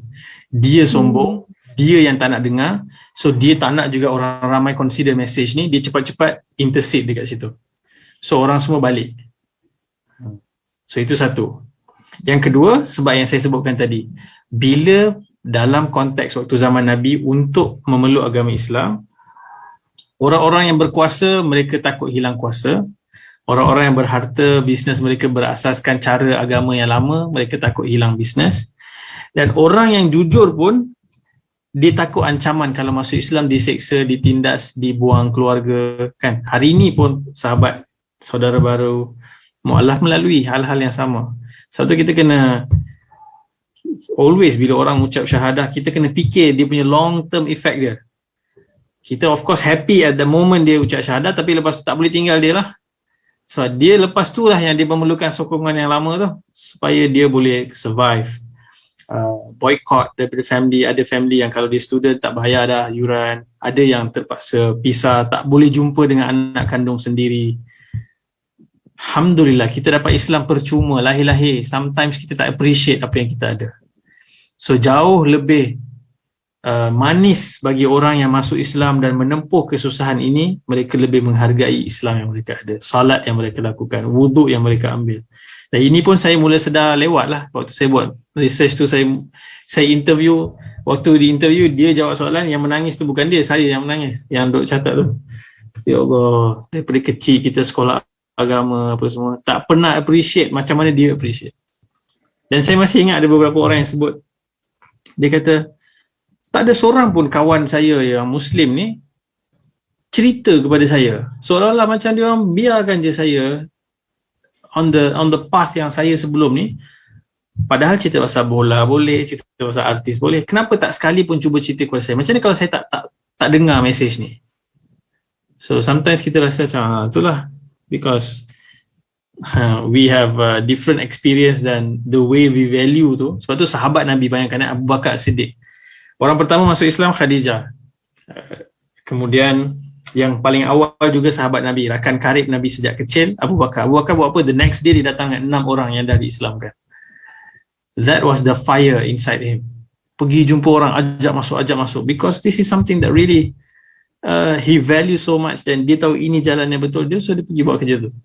Dia pergi mengajak. Dan sebab tu sahabat Nabi semua, kebanyakan, majority besar, lepas Nabi meninggal dunia, wafat di Madinah, mereka bukan duduk di keliling kubur Nabi dan menangis, duduk situ tak pergi mana-mana. Mereka terus keluar dan bawa Islam ni sampailah ia boleh sampai ke kita hari ini. Ke China, ke Turki, ke mana sajalah. So ke India, ada sahabat yang dilaporkan sampai ke India. So mereka tinggalkan kampung halaman, mereka tinggalkan kesenangan hidup di kota mereka lahir dan mereka bawa agama ni. Sebab itu yang Nabi nak. Nabi nak kita pergi dan bawa cahaya ni dan bebaskan orang ramai yang terperangkap dalam kegelapan. So mungkinlah itu sikit kenapa mereka tak nak terima tu, ada beberapa sebab lah. Termasuk ekonomi, termasuk kuasa dan ancaman juga yang ditakuti. Sebab tu ramai masuk Islam lewat sewaktu pembukaan kota Mekah. Kan apa surah tu kita baca, surah pendek tu, idza jaa nasrullah wal fath ara'aital ladzina yadkhuluna fi dinillahi afwaja. Mereka masuk ke dalam agama Islam berbondon-bondon. Sebab waktu tu dah senang dah. Waktu tu masuk tak ada orang boleh sakiti dah. Sebab Nabi dah jadi raja, Nabi jadi orang yang paling berkuasa. Okay. Alright. Okay. So ada soalan lain? Ada soalan lain tak daripada peserta? Ustaz masih boleh terima soalan lagi ke? Boleh. As long as ada soalan, boleh terima soalan. Okay, mungkin soalan daripada saya. Saya nak bertanya tentang Nabi kan. Macam kalau kita tengok pada zaman dulu, zaman Nabi, mereka tolak Nabi mungkin disebabkan kuasa mereka, keegoan mereka, ekonomi mereka ni kesan pada semua itulah faktor tadi tu. Tapi kalau dalam konteks sekarang ni, kita tengok masih ada juga orang-orang yang membenci Nabi. Walaupun Nabi dah pergi meninggalkan kita. Macam kita tengok ada macam yang berlaku dekat Perancis dan sebagainya.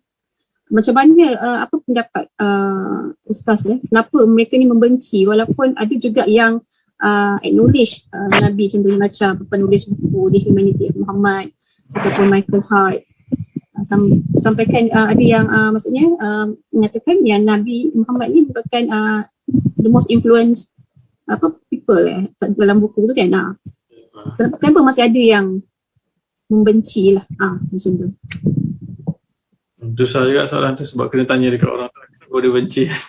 So satu mungkin sebab dia memang ada agenda yang untuk menjauhkan manusia daripada Nabi Muhammad, dan of course dengan itu dia menjauhkan daripada Tuhan lah.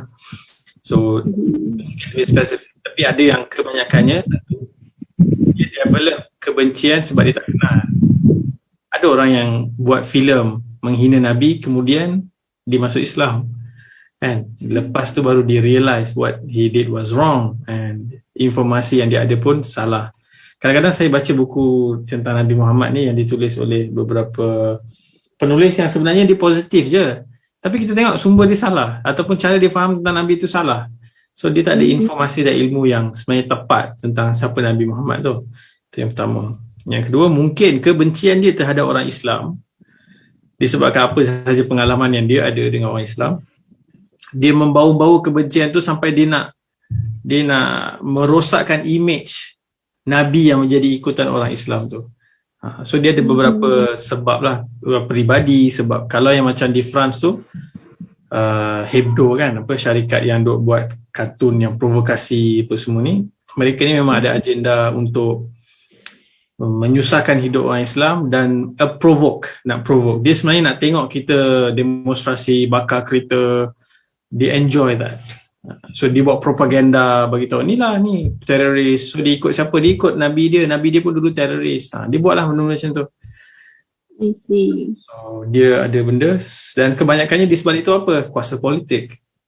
Dia nak kuasa politik sebab bila Islam berkembang semakin besar, yang membimbangkan sebahagian orang ni adalah dia hilang kuasa politik. Dia hilang authority di sesebuah tempat atau negara atau atau apa, even dalam konteks community kecil pun. So benda-benda macam tu, threat yang ada tu kita tak tahu, different people ada different threat. So apabila dia terasa terancam, dia fikir dia kena buat character assassination instead of jawab hujah, sebab dia tahu jawab hujah dia tak boleh jawab. So dia kena buat apa? Dia buat character assassination. So character assassination ni is kita panggil cheap blow lah. Kartun, buat apa, video lah apa. Tapi semakin dia buat macam tu, semakin ramai orang belajar dan cari tentang Islam. Selepas peristiwa yang macam ni, selalunya memang ramai orang search di Google, who is Muhammad? So pada ketika itu kita kena make sure konten yang kita buat yang betul tentang Nabi, yang tepat tu, yang available untuk mereka jumpa, instead of mereka jumpa yang palsu ni lah, yang rosak-rosak. Betul. Okay. Jazakallah Ustaz atas perkongsian dan penerangan tadi. Okay, sebelum tu ada soalan lain ke? Last? Okay, the last final question ke? Last question kalau ada.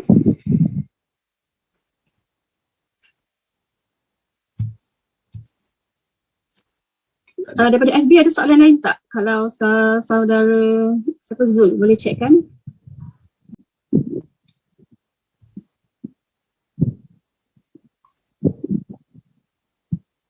So hari ni kita ada rakan-rakan daripada seluruh Malaysia ke? Ke daripada Johor sahaja? Ada daripada Pening, mungkin ada daripada sebab ada yang daripada kenalan-kenalan saya tidak pasti juga, tapi yang saya kenal ni daripada Pening ada. Daripada London ada seorang. Wow. Oh, Masya Allah. Saya nak tanya satu soalan Ustaz. Saya nak Okay, tahu, silakan. saya bernama Nur Aisyah daripada Melaka. Saya terkandas di London dah lepas 2 tahun. So saya pun lambat dengar ceramah Ustaz tadi. Saya nak tahu Siti Khadijah tu masa dia sebelum di Islam di agama apa Sebelum dia agama Islam, dia juga mengikut agama nenek moyang. Cuma ada beberapa orang dalam sirah ni kalau kita tengok, dia tidak menyembah berhala. Ataupun mereka tidak minum arak, mereka tidak melakukan hubungan luar nikah. Sebab just the sense of moral dalam diri mereka tu tells them, this is not right. This is not the lifestyle that I want to live. So macam kalau kita tengok Abu Bakar Siddiq. Abu Bakar tak pernah minum arak. He never did. Tapi ramai sahabat lain yang minum arak tu sangat normal. Macam minum kopi hari ni. Sebab tu bila pengharaman arak diturunkan, dia turun slow-slow. Dan Aisyah radhiyallahu anha kata, Siti Aisyah kata, kalau immediately Quran turun kata arak ni haram, of course sahabat-sahabat ni semua tak boleh tinggalkan arak. Sebab it was like part of their life. Daily consumption lah. So it takes time. So ada sahabat-sahabat Nabi yang memang daripada awal mereka tak senang, tak gemar.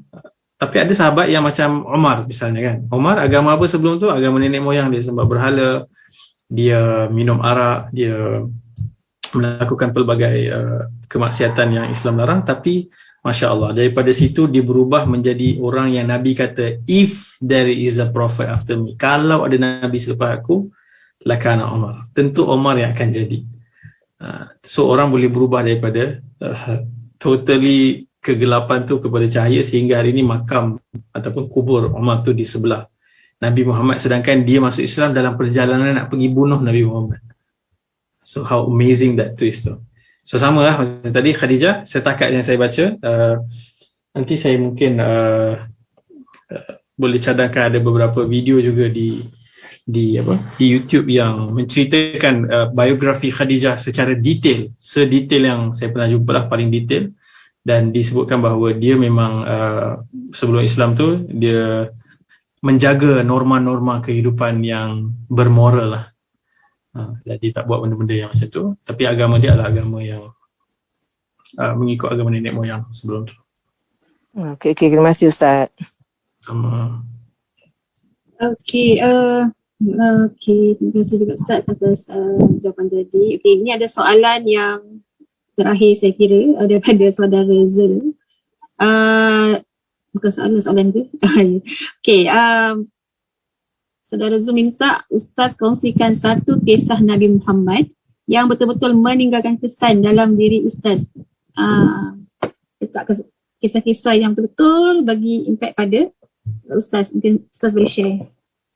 Banyak yang favourite saya dalam sirah ni adalah kisah antara Nabi dan Khadijah. I really want to one day that I'm going to do a course just stories between Nabi Muhammad dan Khadijah. Dan antara yang paling menyentuh hati ialah kalau kita ingat Khadijah ni dia membantu Nabi, dia sacrifice untuk Nabi everything and she was the only one yang Allah hantar malaikat bagi tahu Allah kirim salam kepada dia. Bayangkan, you just imagine the scale. Allah Assalam kirim salam kepada Khadijah dan janjikan dia syurga daripada mutiara yang tidak akan lagi rasa letih dan dia tidak akan lagi rasa sedih lah seperti mana di bumi. Sebab dia adalah the exact person behind Nabi SAW. Kalau Nabi lalui semua yang Nabi lalui itu sakitnya tu sangat mendalam, yang menanggung sama tu Khadijah. So Khadijah meninggal waktu Mekah. Dan ramai orang yang cuba portray Nabi ni lepas tu Nabi kahwin, ramai orang perempuan, so Nabi tak appreciate Khadijah. Orang ni tak baca sirah lah. Kalau dia baca sirah dia akan nampak sepanjang sirah Nabi selepas kewafatan Khadijah, Nabi tak pernah lupakan Khadijah.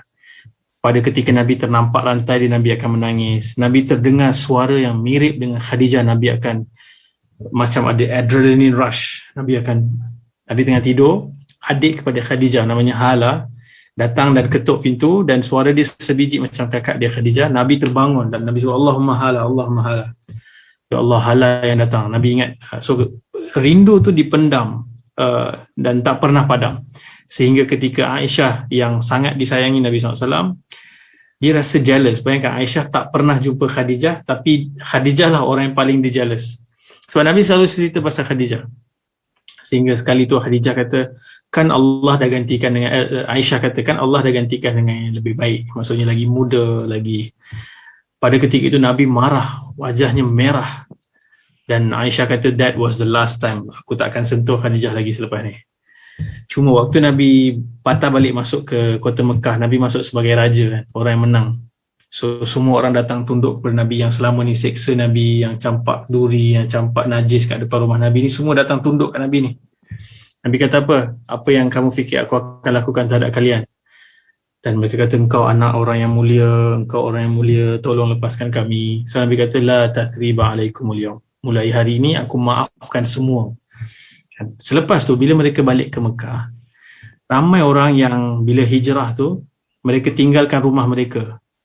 Dan mereka pergi cari balik rumah mereka, dan kalau harta-harta mereka masih ada. So mereka dapat tempat tinggal, dapat semua. So Nabi ni waktu masuk balik ke Mekah, kita mungkin akan fikir, mungkin Nabi balik ke rumah dia, duduk di rumah. Ni sekarang ni bukan orang biasa, ni bukan Nabi Muhammad di zaman Mekah. Ini zaman Nabi dah Madinah, Nabi datang. Sekarang Nabi is a conqueror, Nabi seorang raja, Nabi seorang presiden. Tapi tahu malam tu Nabi tidur di mana? Nabi pergi bawa kemah, dan pacak kemah tu di sebelah kubur Khadijah. Dan Nabi tidur di situ. So as if Nabi nak summarize the entire perjuangan ini, aku tak pernah lupakan orang yang pertama kali bersama dengan aku dan mendukung perjuangan ni. So subhanallah.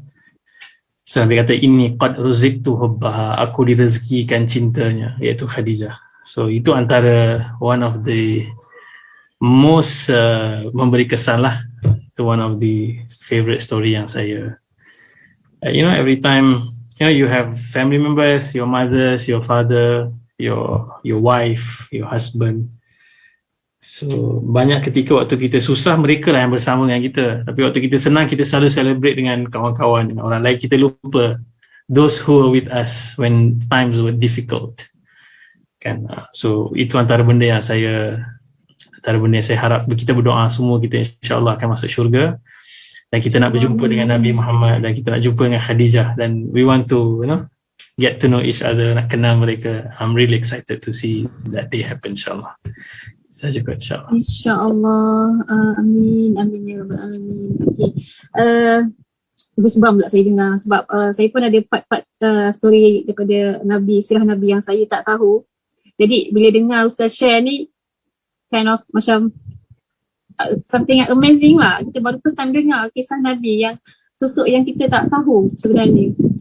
Tapi itulah peribadi yang kita patut contohi kan. Maksudnya selain daripada orang-orang yang kita agung-agungkan, yang siapa-siapa, tapi Nabi ni adalah sosok peribadi yang luhur pekertinya, yang kita patut contohi dan mengogi kita ni jadi salah ialah penyambung dakwah Nabi dan juga dapat mencontohi akhlak Nabi, menjadi ambassador Islam tu sendiri dengan masyarakat yang kita tengok pun sekarang Muslim tu semakin hujung-hujung dunia ni makin agak kita faham lah kan. Jadi kita harap kita adalah orang-orang yang tergolong dalam mengikuti jejak Nabi, insyaAllah. Okay, so insyaAllah saya rasa mungkin kita akan ada sambungan lagi sebab tak cukup 1 jam. Okay, kita akan set nanti dengan data center untuk buat boleh jawab je. Buat ada lagi soalan ke? Satu je. Jawab je aku. Kesian. Oh, ada lagi. Maaf. Okay, bagaimana nak buat hati kita serindu dan cinta buat Nabi Muhammad sallallahu alaihi wasallam? Okay, Ustaz, last sebelum kita tutup. Last, of course, dia always akan ada up and down sebab we are not living in his presence. Tapi salah satu cara yang saya rasa paling efektif adalah to have a commitment to always read and listen to sirah Nabi Muhammad SAW. Sama ada buku, sebab buku sirah ni banyak, so you can always have certain book yang you read, maybe 2 pages a day, small little chapters, and then kalau driving ataupun you have like your podcast ke apa, you can listen to sirah Nabi. Dan sirah Nabi ni antara amazing part of it adalah satu kisah yang sama boleh dilihat daripada ribuan angle yang berbeza-beza, so you cannot have enough of sirah Nabi itulah. So that's how at least kita boleh keep always, kan ada pepatah tak kenal maka tak cinta kan. So we need to fix the kenal part tu. Makin kita kenal, kita akan masuk satu cycle, makin kita cinta, makin kita nak kenal dia. So let the cycle to run. So and then you will be good, insyaAllah. Selawat banyak kepada Nabi SAW, itu semua salah satu cara. Okay, insyaAllah harap menjawab ya soalan tu. Kita akan insyaAllah kita akan buat sesi lagi bersama dengan Ustaz Azlan. Kita akan susun nanti macam mana. Boleh Ustaz? InsyaAllah, tengok masa dan kita cuba susun macam mana nanti, insyaAllah. Okay, so kita harap perkongsian hari ini memberi satu semangat untuk kita lebih mencintai Nabi berbanding yang sebelum ni. Dan sebagaimana macam orang Barat boleh buat research pasal Nabi, in fact mungkin diorang lebih kenal Nabi berbanding kita yang Muslim ni. Kita harap kita lebih bersemangat untuk kenal dengan cara-cara yang Ustaz sharekan tadi, dengan podcast, selawat dan juga apa yang Nabi sarankan, ajarkan pada kita, insyaAllah. So insyaAllah kita akan tunggu kita punya program lagi 2 minggu dengan tajuk yang berbeza. Dan untuk hari ini kita sampai sini sahaja. Kita tutup majlis kita dengan tasbih kepada dalam surah Al-As.